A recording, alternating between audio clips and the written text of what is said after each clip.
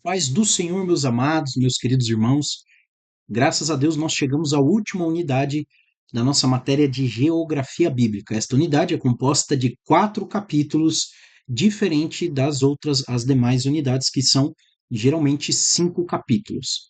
Aqui nós falaremos sobre o mundo bíblico, a destruição de Jerusalém, que é um episódio importantíssimo na história da igreja e dentro da teologia cristã também, o ressurgimento da nação, ou seja, o Israel moderno, e também, por fim, nós falaremos sobre alguns cenários do Apocalipse.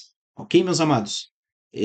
Para a gente iniciar, é necessário que nós compreendamos, primeiramente, qual foi a sequência de eventos, o que vai ocasionar a destruição de Jerusalém e também do templo no ano 70 depois de Cristo. A gente vê que é uma coisa bem perto ali da morte e da ressurreição de Jesus, mais ou menos 40 anos, menos de 40 anos depois do Pentecostes, da morte e ressurreição de Jesus. Ou seja, é uma coisa muito. Foram inúmeras coisas que aconteceram num pequeno período de tempo. Inclusive, nós vamos ver que é um episódio que ocorre mesmo antes da escrita do livro de Apocalipse pelo apóstolo João. Nós sabemos que João ele vai escrever, ter as suas visões e escrever o Apocalipse lá na década de 90, bem como também o Evangelho segundo João. Como o autor aqui ele comenta, a destruição de Jerusalém ela foi ocasionada por diversos fatores que nós precisamos entender em primeiro local, né, em primeiro momento.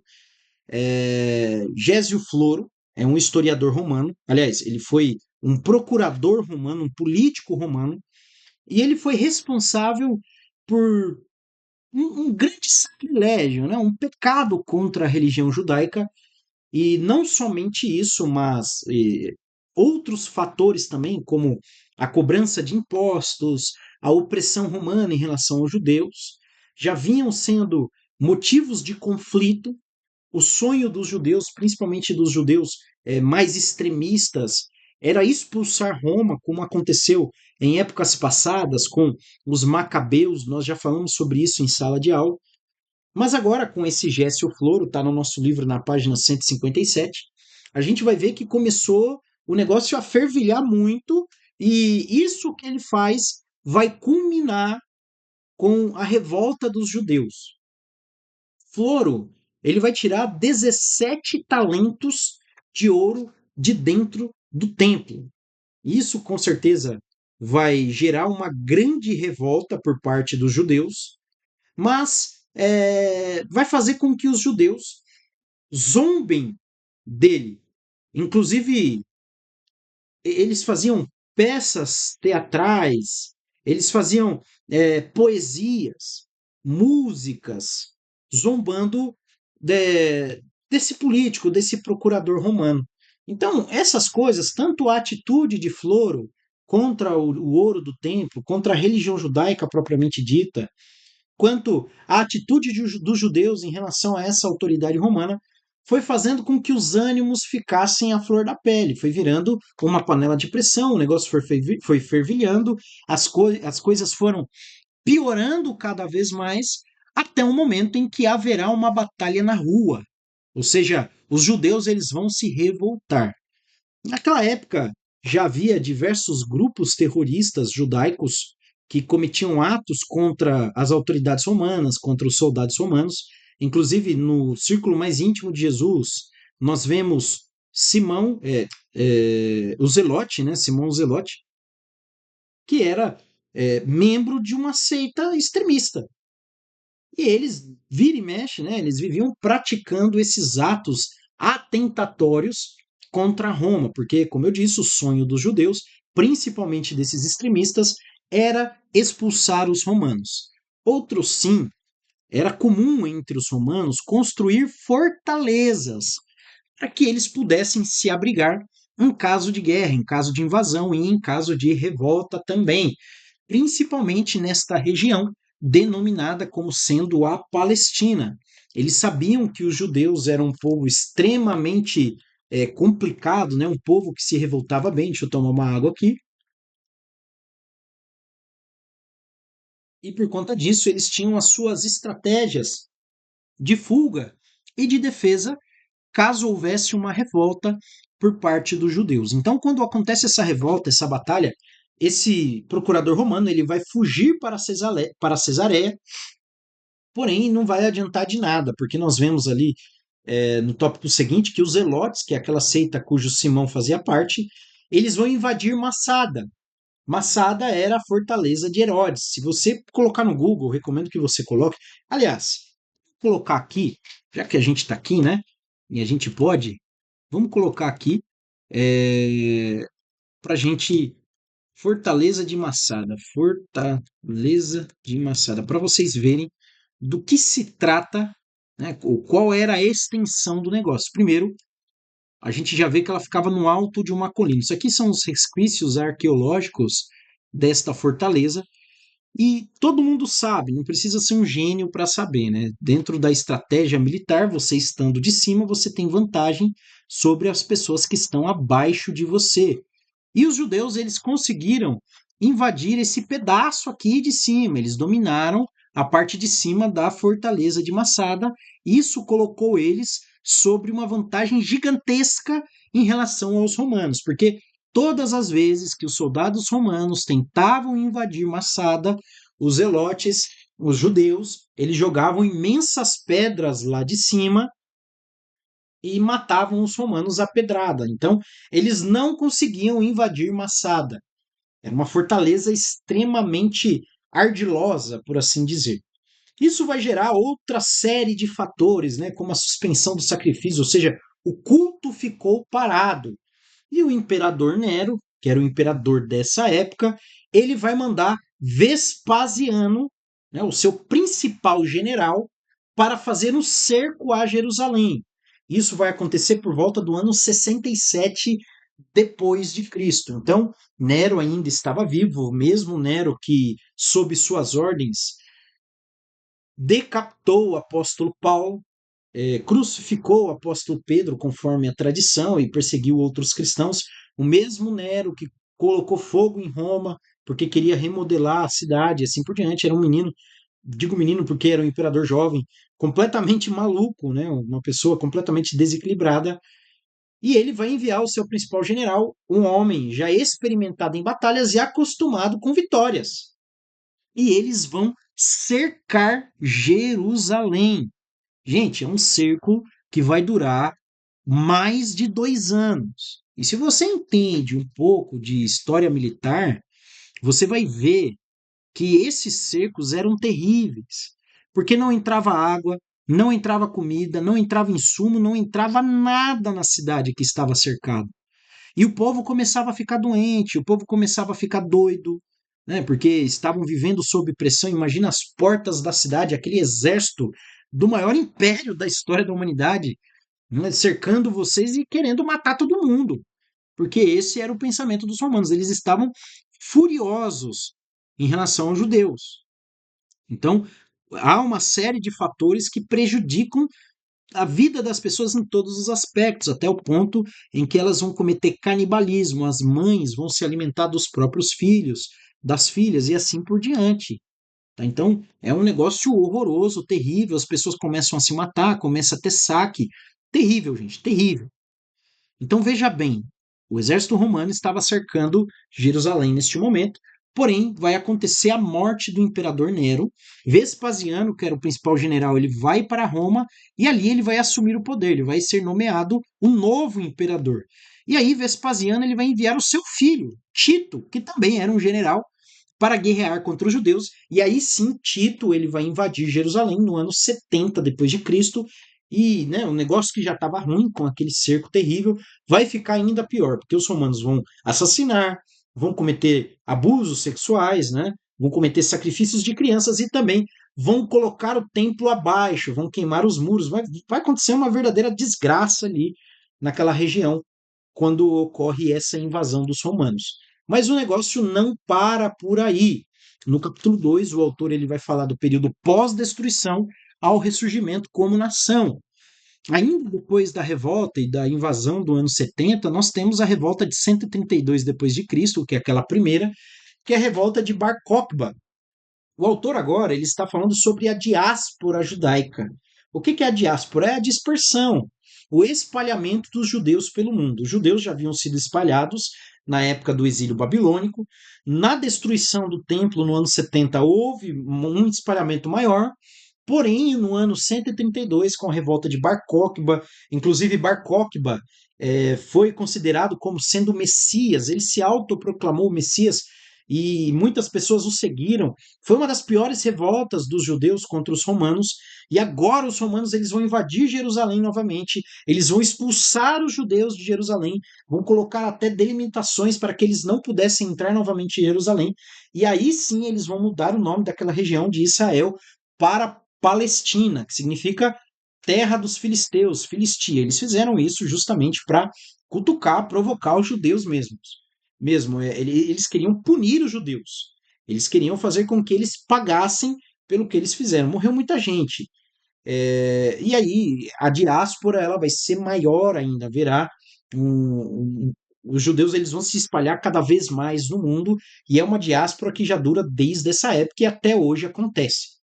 Tá? Nós vamos ver Tiago falando, né, aos forasteiros que estão no Ponto, Galácia, é, vai descrevendo ali várias regiões onde os judeus estavam, lembrando que ele também cita estes judeus que estavam dispersos, isso já antes da revolta de Bar Kokhba.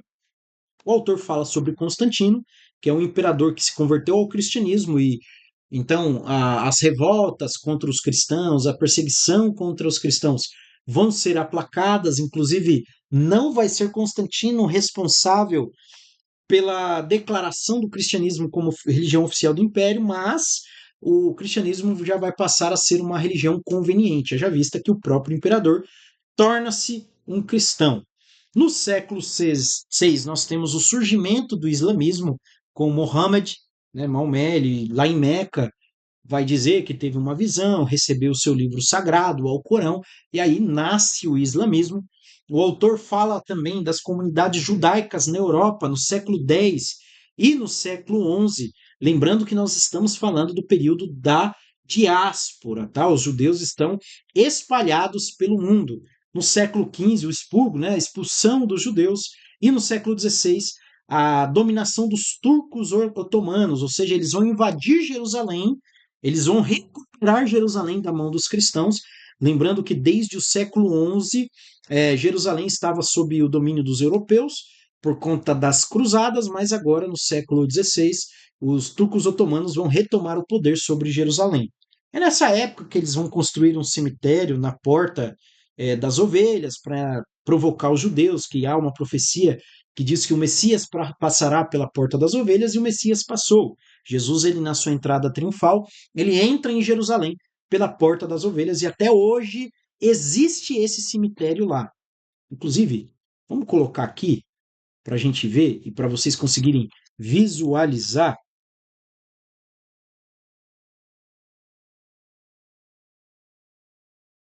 Essa aqui é a porta das ovelhas, tá, meus queridos? Vamos abrir aqui numa nova guia e ver se abre aqui, ó. Tá vendo? O cemitério na parte de baixo que os turcos otomanos construíram, o sultão Suleiman, e a porta das ovelhas é aquela que está tampada, ele também tampou, né, para provocar os judeus também, porque eles acreditavam que o Messias passaria por ali, como eu disse. O Messias de fato passou, é uma das portas de entrada para Jerusalém, ok? Indo adiante aqui, o sionismo é um movimento do século XIX que pregava o retorno dos judeus à Terra Santa, ou seja, a Jerusalém. Então, aqueles judeus que estavam espalhados já começam um movimento para retornar para Israel. Tá? Então, o sionismo é algo já desde o século XIX e que vai se concretizar aqui, na criação do moderno Estado de Israel. Primeiro, pós-Primeira Guerra, 1918, o término da Primeira Guerra, cria-se a Liga das Nações, que não serviu de nada, assim como as Nações Unidas também. É só um peso financeiro para o mundo de hoje. Mas, enfim, eles tentavam evitar guerras e conflitos, porém, a Alemanha do século XXI, do século XX, né, da década de 30, acaba criando um grande conflito na Europa, bem como o Japão e a Itália, né, o eixo ali do mal. Os caras estavam decididos a dominar e se expandir, criar guerra para isso mesmo, realizar seus objetivos étnicos, geográficos e assim por diante. Então houve uma guerra muito grande, tanto no começo do século XX, quanto também agora na Segunda Guerra Mundial. Nós tivemos o Holocausto, e após o Holocausto, após o nazismo de Hitler, né, nós tivemos a criação das Nações Unidas e, por fim, depois disso tudo o que aconteceu, as Nações Unidas, né, em consonância com diversos países e com os sionistas também, colocaram em votação, colocaram em pauta a criação de um moderno Estado de Israel. Num primeiro momento, eles não saberiam onde iriam acomodar esse povo, cogitaram até pegar um pedaço da Argentina para fazer isso, mas por fim eles acabaram escolhendo a região que até então era denominada como sendo a Palestina, e em 1948 nasce o moderno Estado de Israel, que desde o dia em que eles declararam independência tem guerra até hoje, né? Nós vimos o fatídico 7 de outubro de 2023, que tem seus desdobramentos até o dia de hoje, tá? Capítulo 3, parte 1. Alguns cenários do Apocalipse. Meus queridos, aqui o autor ele vai falar da localização geográfica e das características geográficas das cidades, das igrejas que o apóstolo João vai citar quando ele tem a sua visão do Apocalipse. A primeira coisa que o autor fala é sobre a ilha de Patmos, que era uma ilha prisão. Roma mandava seus prisioneiros para morrer lá. Olha as características do local: terreno rochoso, era um ambiente estéril, ou seja, não tinha vida. Era uma prisão de morte. E João foi parar lá. Nós sabemos que João não morreu lá. Ele tem visão do Apocalipse lá, o Apocalipse sai de lá, porém ele ainda vai sair de Patmos e vai ir para Éfeso, onde ele vai escrever o seu evangelho. Tá? Então, lá ele vai escrever o seu evangelho e ainda também vai falecer em Éfeso. Ele vai acabar o seu ministério lá na cidade de Éfeso. Como eu disse, Patmos era uma cidade prisão. Mesmo assim, Deus quis mostrar os últimos dias para João, que já era um homem quase centenário. Isso acontece na década de 90 do primeiro século, ok? Então, mesmo assim, Deus quis falar com ele. Olha lá, olha nesse mapa aí que eu estou colocando, vocês têm a localização geográfica de Jerusalém, a localização geográfica de Patmos e também de Roma, que fica na Itália. Primeira localização, primeira cidade, ele fala de Éfeso. Antes da gente continuar, eu preciso mostrar isso aqui para vocês também. Só para a gente se localizar. Vejam bem, meus amados. Isso aqui é importante para nós. Opa, não é aqui. Deixa eu só abrir aqui. Pronto. Aqui, ó. Lembra que eu falei, que ele fala, primeiramente, da localização de Patmos? Bem no centro aí, um pouco mais à esquerda, você vê a ilha de Patmos. E aí a visão de João foi sobre as 7 igrejas da Ásia, que estão em vermelho ali. Pérgamo, Tiatira, Esmirna, Sardes, Filadélfia, Éfeso e Laodiceia. Por que Ásia? Não é o continente asiático, tá?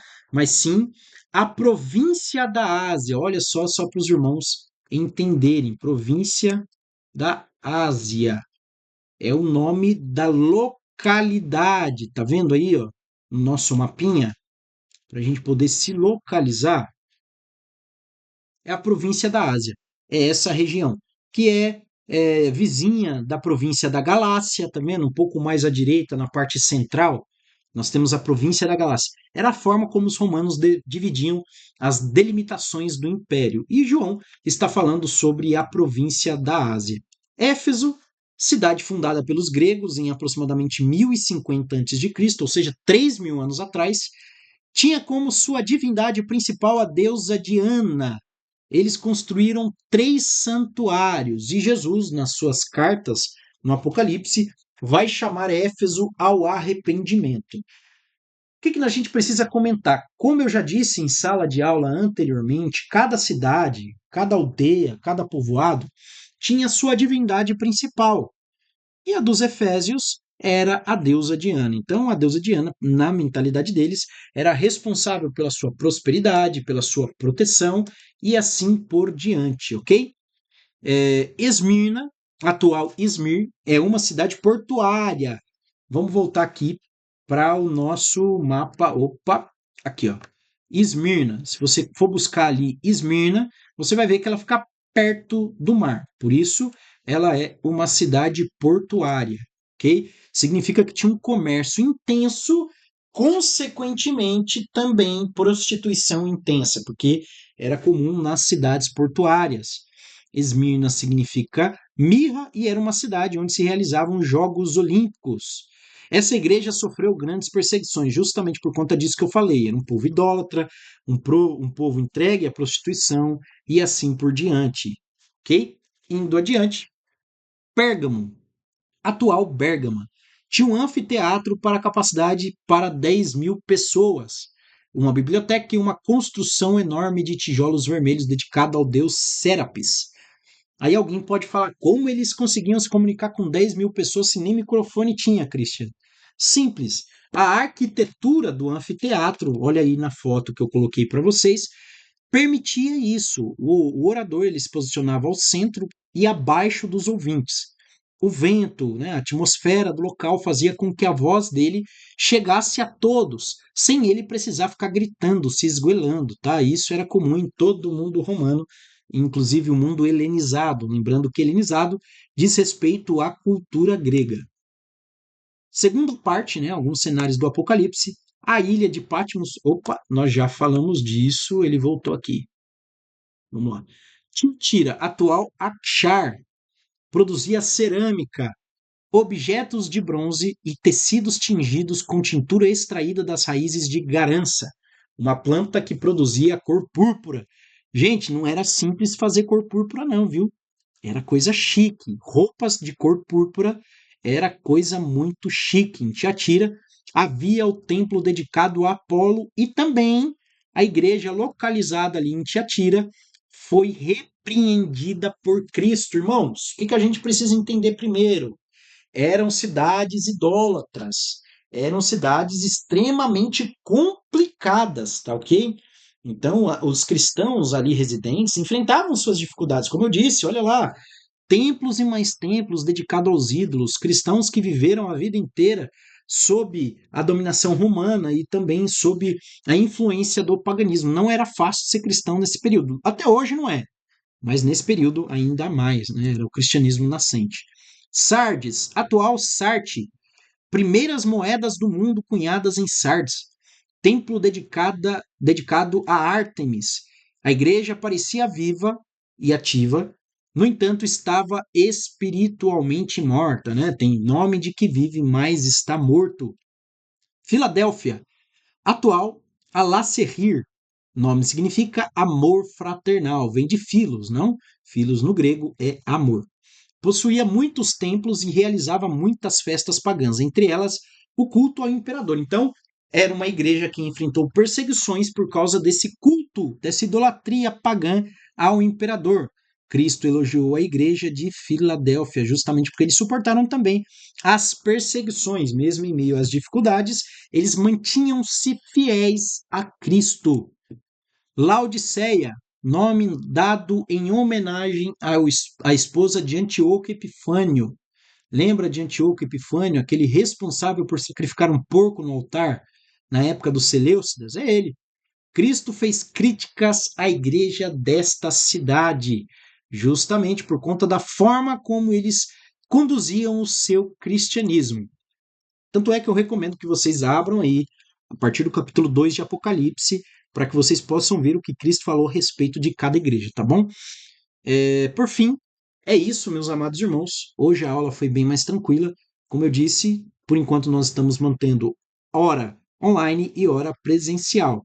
À medida que a gente for se aclimatando, né, melhorando as nossas condições, a gente quer fazer com que volte a ser todas as aulas presenciais. Amém? Que Deus abençoe a todos. Até a próxima semana com a nossa aula presencial.